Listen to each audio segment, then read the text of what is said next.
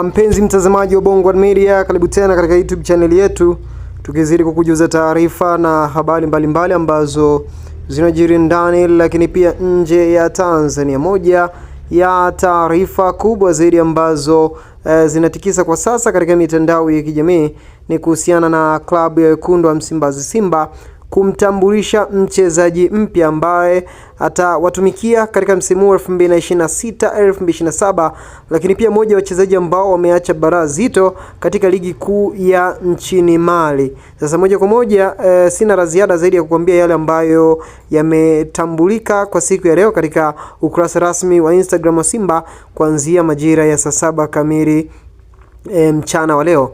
Ni rasmi, Simba Sports Club wamemtambulisha nyota Ibrahim Doumbia mwenye umri wa miaka 22 ambaye pia ni top scorer wa ligi kuu ya nchini Mali. Msimu uliopita alifunga magoli 17.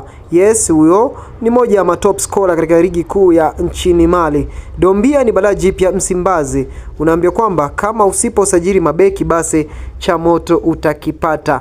Nikukumbushe kwamba katika ukurasa rasmi wa Instagram wa wekundu wa Msimbazi Simba nao waliweza kuweka taarifa kuhusiana na usajili huo wakiandika karibu Simba Sports Club Ibrahim Doumbia. Kusoma taarifa zaidi ni kuingia ndani ya Simba app.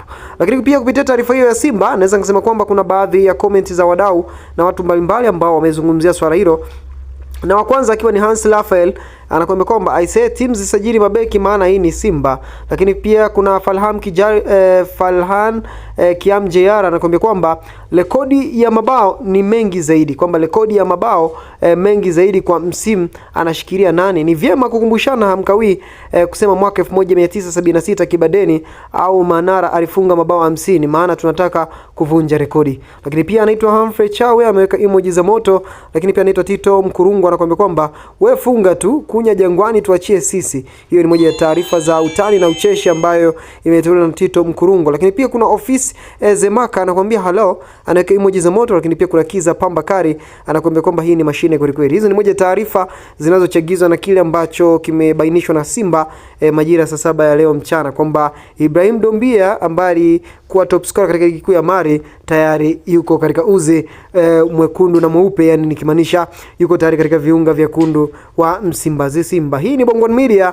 Usisahau kusubscribe ili kwanza kupata taarifa na updates mbalimbali ambazo zinajiri ndani na nje Tanzania. Kama ndo kwanza kabisa unatembelea YouTube channel yetu, hakikisha umebonyeza button nyekundu iliyoko chini ya video hii kisha alama ya kengele ili kwanza kupata taarifa na updates mbalimbali. Unapi katika hili unaweza kushare katika upande wa comment section. See you next time. Bye bye.